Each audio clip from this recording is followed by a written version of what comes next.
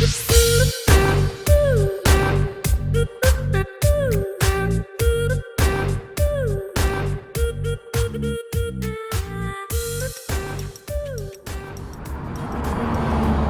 good morning mga idol. Ito, may pupuntahan tayo ngayon na bagong Japan Surplus. Pero kung makikita nyo yan yung third wheel. Yan sa harapan ko, pero didiretso tayo din sa daan na yan, papunta ron. So tara, samahan nyo ako at pupuntahan natin. Panibagong bodega ng mga Japan Surplus bike. Let's go!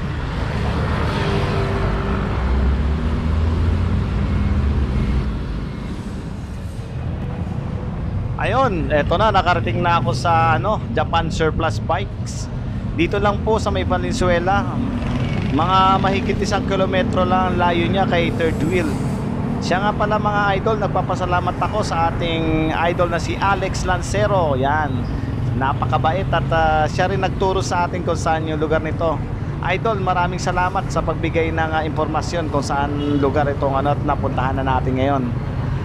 Ayan po yung mga nila, number, contact number. Ayan, ang pangalan nga pala nito mga idol, Japan Surplus Bikes. Solid na solid talaga, Japan.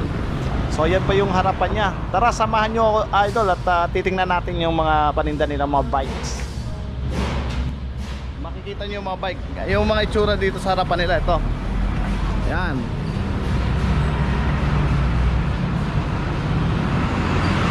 Tapos ito yung paggaling doon sa may third wheel papunta rito. Tapos ito yung papuntang Paso de Blas. O tara, pasok tayo mga idol. Yan unang makikita nyo dito itong mga nila, curb bikes. Yan.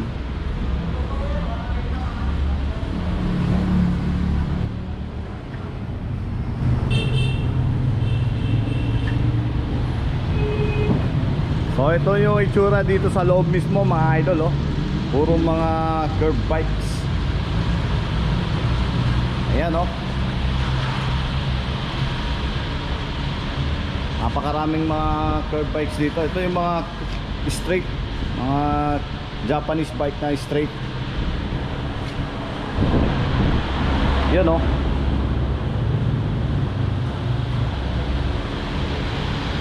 O puro mga curb bikes ang makikita natin dito, mga steel. Pero ikot pa tayo dito, baka may makita pa tayo mga iba pang klase ng bike nila. Pero napakarami talaga mga curb bikes.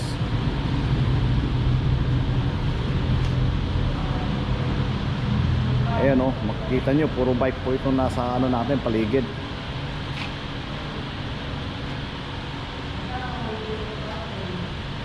Ayan So wala akong makitang folding bike. So ito yung mga available nila ngayon dito. Mga curb bikes.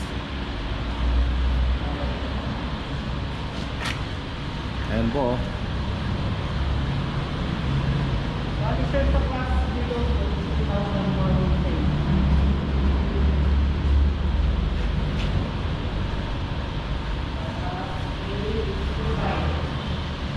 yun So lahat ng mga nila, kaya tayo para makita natin mga idol.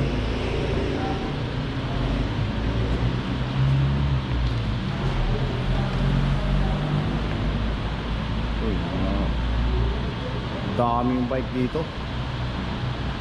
So ito yung isang natin dito, Secret Japan Surplus. Mga idol, napakaraming mga curb bikes. So ngayon puro curb bikes po yung mga nakikita natin dito mga idol. So ito po yung mga prices nila sa wholesale at saka retail nila.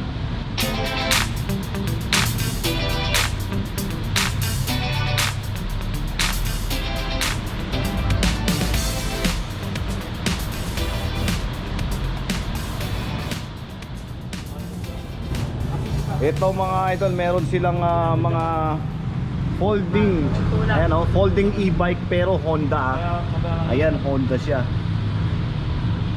9,000 ang presyo nila dyan. Ganon din tong Panasonic. May ano rin siya, e-bike. Maganda to, Nexus. Napakalaki ng ano. Tapos meron din silang ito, puro Panasonic. Pero iba-ibang ano, model. So ito 3 speed. Tingin ko ito may pedal assist yan eh. Medyo malaki yung ano niya, yung hub sa likod.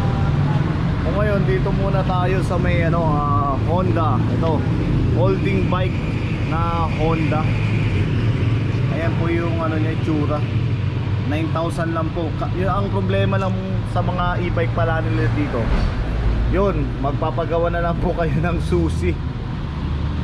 Dahil hindi na nila mahanap yung mga susi nito. At kung di pa rin 100% sure kung talagang nagana pa rin. Etong ano, Honda Raccoon. So yung mga magaling gumawa dyan, ayan, ang size nito, yung gulong nito palitin na. Ang size pala ng tire nito size 18. Tapos naka Dia Compe na brake, caliper brake na po. Ayan, caliper brake na rin siya. Tapos naka 3 speed. Ayan o, 3 speed Shimano Nexus. Ganda pa nung yung saddle niya, naka ano pa rin, Honda. Foldable e-bike po ito. Ito, kinakalas lang to. Ayan o. So hindi ko na ano, tatanggalin. So yun, foldable po yan. Ayan, naka 3 speed. Tapos yung preno, may ilaw na rin. 9,000 ang bentahan nila sa mga ganito. Yun nga lang mga idol, size 18 po yung size nung gulong niya. Tapos alloy na rin po mismo yung frame. Ayan, alloy rin yung pinaka ano niya, rim. So yun, alloy. Ganun din po ito, yung Panasonic na to, alloy din yung frame niya mismo. Tapos meron din siya 13.2 ampere. Uy, mabilis to. Yung ano nito, itong e-bike na to, mataas ang ano niya, 13.2 ampere. May yun, yung motor assist na sinasabi. Ganun din, parang pedal assist. Ayun po sa loob niya oh. Makikita niyo yung itsura nung ano niya. Tapos ang laki nung hub nito. Ngayon lang ako nakakita ng e-bike na ganito. Ang ano niya pala, naka 8 speed Nexus. Ayun oh. Naka 8 speed Nexus. Ito yung indicator ng mga ilaw, saka yung battery. Malamang yan po pinakaano niyan. Tapos meron na rin siyang headlight. Yun, yung mga karaniwan talaga na pang Panasonic motor assist. Ayan. Ang size pa nga pala ng gulong nito, ito yung 700 by 32C. Alloy na rin yung pinaka ano niya, rim. Tapos naka-caliper brake sa harapan, ganun din sa likuran. Yung Panasonic. So maganda pa yung, pwede pa yung saddle niya. Napakalambot.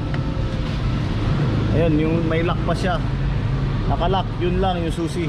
Boss, walang susi tong ano, lock. Wala sir eh. Naka-lock oh. Okay, wala yung ano, medyo ano na to, tatanggalin na lang. Lalagarin na lang siguro. Grinder, wala rin. Grinder lang yan. Pero kagandaan nito 8 speed, ganda. 9,000 lang. Ang habol ko lang siguro dito yung 8 speed niya. Tapos naka pedal assist po siya. Ganda niyan. Ito ganun din, pareho rin sila ng Panasonic. Ito, ano to, chromoly. Maraming kalimitan kasi sa mga chromoly steel pagdating sa mga Panasonic. Ito kasi alloy itong isa na to eh. Pero ito, ganun din. e-bike din. Panasonic Curve e-bike. Ayan, may pedal assist din siya. Electric assisted bicycle yung tawag dyan. Ito 12 ampere. Ito kasi 13 eh. So talagang mas malakas pa rin ang ano nito, load sa battery. So medyo may mabilis din to. Ito pala naka 3 speed. Ayan. Internal yung niya, shifter yan sa may hubs na yan. Diyan po yung 3 speed niya. Nexus Shimano. Ayan 3 speed. Tapos ito yung battery indicator, ilaw. So load ng battery, lobat yung lobat na lobat So as is, ganun pa rin yung susihan. Ayan po yung pinaka niya, caliper brake din sa harapan, ganun din sa likuran. Ayan, Panasonic. Kagandahan kasi naka motor assist siya. Ayan nasa loob pa, akala mo may makina. Ayan yung pinaka dyan, motor assist. So matulin to. Naka drum brake nga pala mga idol sa brake sa likuran. Tapos may kasamang carrier na maximum 25 kilos. Tapos ito yung solar dyan. Pag tinatapit to, ay naku, hindi na umilaw Ang battery. Kulang lang sa solar yan eh. Ito grabe. Nagagandahan ako rito dahil nga ito 8 speed na siya. Sa 13. Medyo may kataasan ng niya mga idol. Ano to? O may marunong lang talagang gumawa rito. Eto, pwede ko pa ayos ng mga to eh. Sa halagang 9,000 ang presyo. Kasi pag sa mga labas na yan, compare na lang doon sa mga e-bike na ibang binablog ko, mga kapareho rin halos. Ang mahal ang mga presyo, almost nasa 20,000 pataas. Minsan maabot pa ng ng 40. Ito folding bike na to, nagugustuhan ko to. Honda talaga yan, saka branded na po yan na e-bike. Kagandahan pa niya, naka foldable siya. Hanap pa tayo ng ibang na e-bike nila.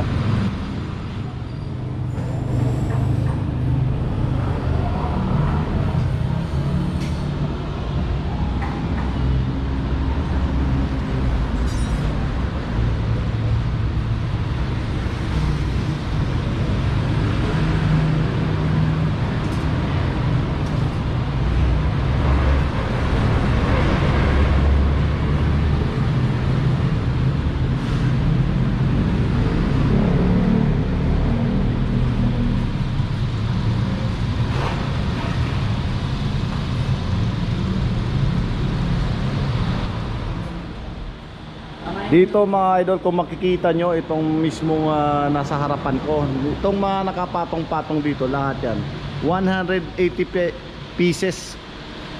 All in po 115 lang po. As is, where is na po yan. Ayan mga Japan Curve bikes po lahat yan. May decambio, single speed, halo-halo na po yan. 1.5 lang po ang bentahan nila rito.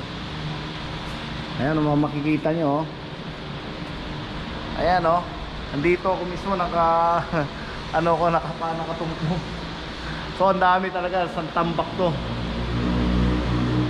Bigayan lang nila 1.5 lang. Napakamura. Sa wholesale po 'yun. Tapos meron pa rito mga e-bike. Ito bababa ako, papakita ko sa inyo mga idol.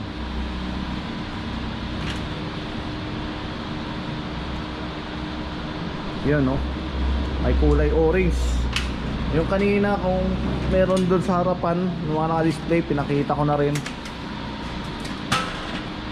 Ayan yung mga nila may orange. Yun, may Panasonic. Ano yun? Natura. Ba? Yamaha, sir. Yamaha, meron Yamaha idol? Opo. Ay, Yamaha ba to? Ay, putik ang ganda. Yamaha, may susi pa. Tara, sipatin natin ito mga idol. Ito, meron pa silang mga e-bike dito na Yamaha. Kanina yung Honda, meron doon. Saka ito, Panasonic to. Kanina na ano ko na rin doon sa labas, yung Panasonic. Ito naman, ano, Yamaha Paz Natura. Ayan po yung ano niya, model. Nakaka-caliper brake din sa harapan, ganun din sa likuran naman, naka drum brake. Ayan, drum brake. Naka Nexus internal shifting to, internal shifter. Yan sa mismo sa may hubs nya. Tingin ko naka ano to, 3 speed.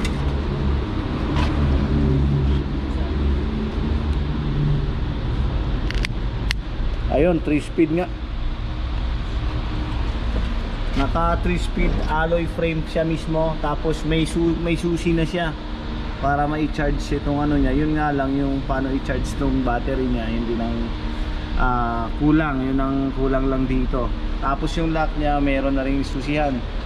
Ayan mga idol, oh. Tapos size 24 yung gulong nitong Yamaha na to. Alloy frame. Tapos steel yung pinaka fork niya.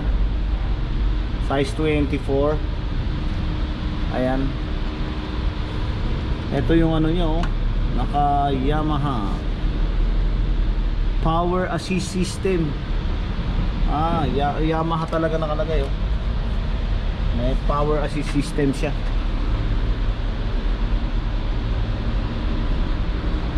Tapos ito merong kulay orange dito. Ganyan, ganda na itong kulay orange.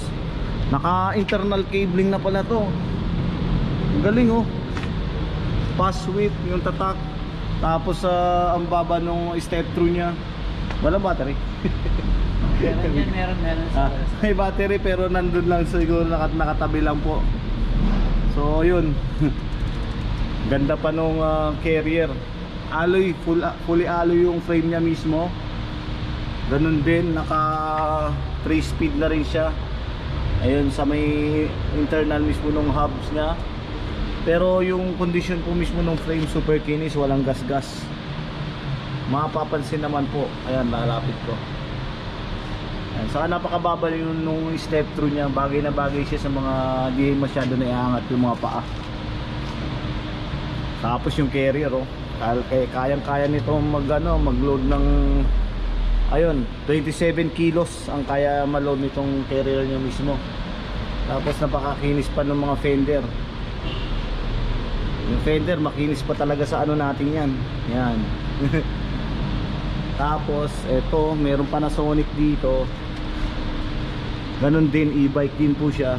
Parang ano siya, hybrid. Ayan, hybrid siya. Naka 8 speed, ah. Uy, 8 speed na pala to. At syempre meron din siyang battery indicator para sa power niya, ilaw, at saka yung syempre sa pedal assist niya. Siguro sa ito, ano nga pala itong mga idol, alloy frame niya siya mismo. Siguro ang ano dito yung paggawaan, mahanap lang natin yung pwede na. Uy, naka 8 ampere na pala to. So ibig sabihin medyo matulin na rin to. Mas mabilis na. Tapos ang pinaka ano niya sa gulong, ang rim nito is alloy. Caliper brake sa harapan, sa likuran drum brake din. Ito, drum brake na siya. Yan, Panasonic. Marami silang mga Panasonic na available ngayon dito na e-bike. Pero halos lahat yan mga curve bike, Japan bike po yan. Ang mga presyo lang nila dito sa lahat ng mga e-bike nila is 8,000 and up. So yun, tingnan pa natin itong mga ibang ano nila. Ito naman, no,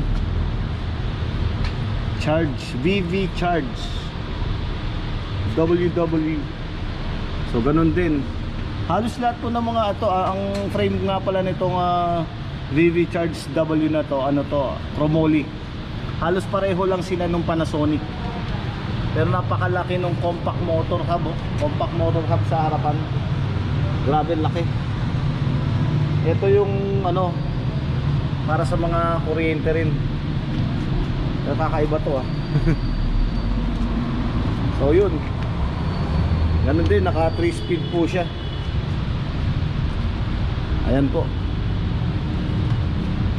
Tapos mayroon yung hybrid na naman dito. Hybrid mountain bike Vienta. Yamaha ang tatak nito, Yamaha. Pakita ko yun. Ayan o, Yamaha mismo. So ayan po. So yung condition medyo ano, para siyang straight tube. Medyo mababa yung ano niya, na-adjustable naman tong pinaka seat post niya. Ganun din ang mga ano natin dito, syempre yung mga susi. So nagkanda, walang susi sa kayong charging niya, syempre gagawa na lang ng paraan siguro kung may mga kilala kayong gumagawa niyan mismo. Tapos yung ano niya, pinaka hub shift niya nito, 3 speed din po. So yun. Tapos uy, may kakaiba rito medyo maliit lang siya, para siyang mini velo. Yamaha Pass City X. Ayan po. Alloy frame po siya. Naka 3 speed na dito sa internal mismo ng hub. 3 speed Yamaha Nexus. Pero Yamaha, galing Shimano Nexus. Yun pala. Tapos naka 3 speed. Ito yung mga battery indicator niya mismo. Pero ito pa ano siya, parang ano, mini velo. Pero ang size ng gulong nito tingin ko parang size 22. Ayun. Size 20. Ang gulong nito size 20 by 1. So pwede siya.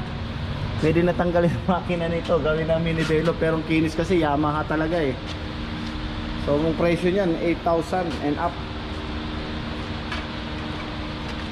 So yun, ganun na lang boss. Yan, okay na yan. Ito puro mga curve bikes. Marami silang mga electric bike na available dito. Halos Panasonic, napakarami. Saka ano, Yamaha, marami palang Yamaha. Tapos halos lahat nga pala ng mga ano dito, except lang sa Panasonic na iba, ano siya, chromoly steel.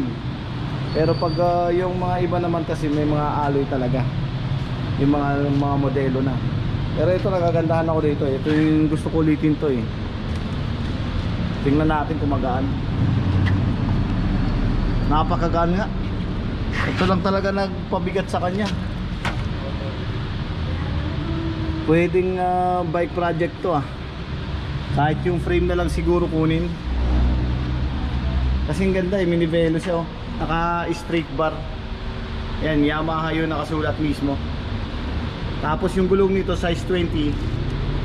Size 20 1.5. Nipis ang gulong So, tapos yung ang ano niya, naka B-brake sa harapan. Sa likod naman palagi sa mga e-bike po, automatic naka drum brake po siya sa likod. Tapos internal shift dito sa mismong hub niya, 3 speed po. So ayan po yung mga available nila ngayon. Pagdating sa mga e-bike, meron talaga sila rito. Saka ganun din po, ito ay, papakita ko sa inyo yung mga 180 pieces na worth of 1,500. Take all Ayan magsasample lang ako sa inyo kasi masyado marami to pag inisa-isa natin. Sa condition pa lang, tinan yung gulong makakapal. Tapos walang halos ayusin talagang wholesale lang talaga kasi sila nagbebenta dito. Ayan po. Teka. Ayan, may mga ilaw na. May mga ano mismo. Ayan, yung hubs nila sa motor hubs na para sa mga ilaw. Kompleto rin. Saka yung condition ng mga bike nila, konting ayos lang pwede na ano magamit. Sa mga wholesaler dyan, puntahan nyo lang dito. Ilalagay ko po yung address nila at saka yung number nila mismo dun sa description po ng ano natin, YouTube channel. Ito po yung mga class A nila, itong area na to mismo. Kung mapapansin nyo, kompleto na rin sila. May mga carrier na, may mga yun, may bell, may lock. Ayan, kompleto sila. So wholesale po nila yan. Lahat mga nandito. Napakamura pala nila dito magbenta ng wholesale, lalo sa mga Japan bikes. Tapos dito naman yung mga Class B to ma'am, no? Ito yung mga Class B nila. Ayan. Diyan, pag pumunta kayo dito, pwede kayo mamili. Siya nga pa, yun, makakapili kayo dyan kung alin ng mga gusto nyo. So ang marami nila ngayon dito is Japanese bike mismo. Ito mga straight, no? Straight na Japanese bike. Ito naman yung mga curve. Ayan. Kaya pala Class A yung mismo curve. Yung may medyo mababa yung mga ano, step through.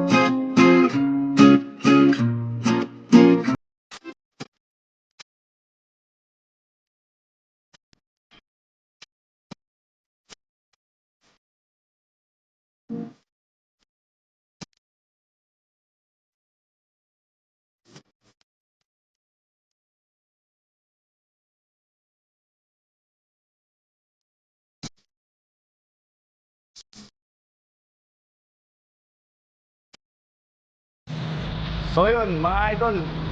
Anak. So yun mga idol, medyo pinapawisan tayo rito. Dahil nandito ako sa mga napapaligiran ako ng mga paborito nating mga bike.